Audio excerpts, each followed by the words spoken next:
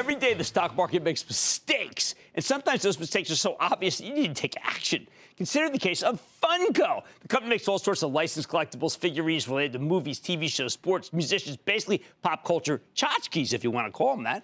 When Funko reported some fantastic numbers in early March, the stock got hammered, mostly on profit taking. That's why I pounded the table and told you to buy this one when it was trading at $17.79. Since then, Funko's giving me a phenomenal 20% gain, and I would not be surprised if it's got more room to run. See, when Funko reported again last Thursday, it delivered a magnificent 8-cent earnings beat off of an 8-cent basis. Higher than expected sales, up 22% year over year. It was a clean beat, and the stock roared in response, something that continues today. Funko tacking on another 4%. But even up here, I've got to tell you, the darn thing just sells for 15 times earnings, and I think that makes no sense given the slate of mega blockbuster movies this year. I think the numbers will continue to be excellent. Do not take it from me, though. Let's check in with Brian Mariotti. He's the CEO of Funko. Find out more about this exciting company's quarter and where it is headed. Mr. Mariotti, welcome to Mad Money. Good to see you, Brian. Thanks Have for a having seat. me on. All right, Brian, you are you're at the epicenter. I know you say the company's at the you're at the epicenter of pop culture, and it's really amazing how quickly you produce these things.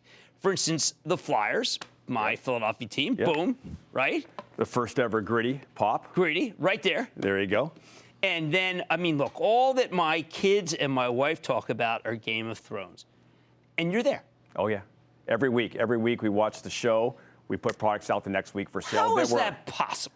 A bunch of people that absolutely love pop culture, tuned into pop culture, artists, marketing people, designers, and our wonderful partnership with HBO. So we watch the episode. We have stuff out within 2 to 3 days. We start pre-selling it. Now, how much is from China? We are right now morphing toward about 70% outside of China. Okay. Yep. And can you move as fast outside China? And is the product the same quality? Yeah, better quality, better cost, quality. better quality, and less expense. Less expense, better cost of goods, more stability. Wow. Okay, so walk us through some things because it's very exciting. Well, I mean, look, we're in the middle of arguably going to be the largest movie in the history of cinema, which is Avengers Endgame. Obviously, we released 20-some-odd products, but after the movie aired, Marvel was coy enough to not tell us everything was going to happen in the movie. So our designers are rushing 6 or 7 new products, in addition to about 5 or 6 embargoed products that we had once the movie was released. All right, so let's say I went to your factory. Yeah. Would there be people working 24/7? I mean, like, is there someone working at 3 a.m. tonight? There is. Really? Yes, and we're now with the internet and spoilers, we're on lockdown, making sure we don't ruin any movies, because that's another responsibility we have to have with our partners. How quickly can you do athletes worldwide?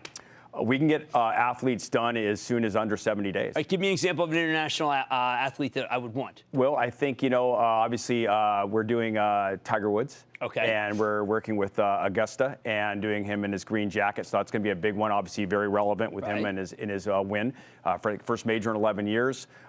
India.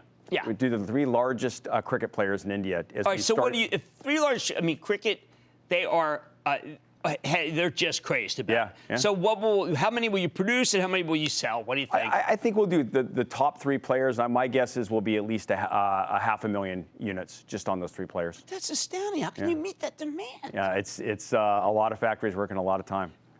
We had StockX on recently. Yep. Now, to me, these are collectibles. I mean, literally, I was thinking, let's say I bought this and I put it away. Yeah. I mean, how about, on StockX like 2 years from now? I mean, these are like fine wines. They are, yeah. Josh is a really brilliant, Josh is cool. Brilliant We had him CEO, and his idea of the secondary market for sneakers is amazing. Those collectors have the same mentality as our collector base, and they love sneakers, they love urban wear, very much like a lot of people love pop culture. All right. Well, do you think my idea of maybe they go up in value over time? Oh, I think they do. All right. Now, social media is a measurement. You do that. You look at social media to try to figure out what's going on. Yeah. Valuable? Oh, absolutely. Absolutely. We are constantly, our antennas are up. We're just under 800 employees. I would say 85-90% of our employees are absolutely pop culture addicts. Their antennas are up at all times. But meanwhile, Avengers is just this incredible tailwind. Yeah. So can you just keep putting out Avengers stuff, or you always have to think about the next thing? You're always thinking about the next thing. What's wonderful about our content providers is there is a roadmap. It is very clear. We know what we're working on in 2020 and with 2021. That includes video game companies. That's talking to bands. That's talking to, whatever's the next great TV show. So that roadmap is there. It's just our job to make sure we navigate Is anybody out there competing with you? No, our business model is very unique. Hasbro or Mattel, wonderful companies. Yes. Very small license-based. Funko has 1,100 licenses. That's more licenses than anybody in our industry, and a fast fashion approach to getting those products into the hands. Fast fashion approach. That's the way to do it. Now, one of the things that I saw when I looked at the situation was I said, okay, 30% of, now this is my world, 30% of your stock is sold short, as if you're a commodity. The thing that I see by the speed, by the characters you pick, you're anything but a commodity, and that's just a false representation of what you do. They don't understand that. They don't understand the business model, and it's our job to educate them, to get on. Well, that's why I'm glad you're on the show. Because if I were watching the show and I were short the stock, I said, maybe I'm out of my mind. Yeah. What you just described is a fantastic. They don't like the licensing business. Yeah. They heard Iconics. Yep. Remember that was licensing. Yep.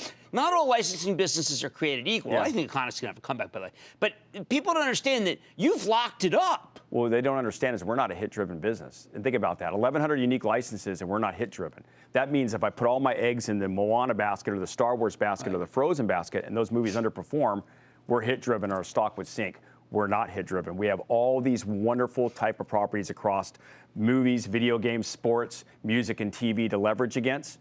We're not hit-driven. Do you have Netflix? We do, absolutely. We're the global partner for all hard lines for Netflix. So any big show that comes from Netflix, I should expect a Funko something or other. Well, not only that, Stranger Things is one of our biggest ones, but internationally, La Casa del Papel does very well, good in Latin America and in Spain, and also Club de Cuervos, which is out of Mexico. So we leverage both of those international hits with Netflix along with the domestic hits. And then in the end, for little kids, you own all the child dogs, right? Absolutely, absolutely. Still, 65% of our revenue is aimed at 35-year-olds, men and women equally. Well, I find your company so exciting. I want to thank you for being so cooperative with us and bringing so much stuff, because this is the real story. But you have built a fabulous company. I salute you. Thank you very much. Okay.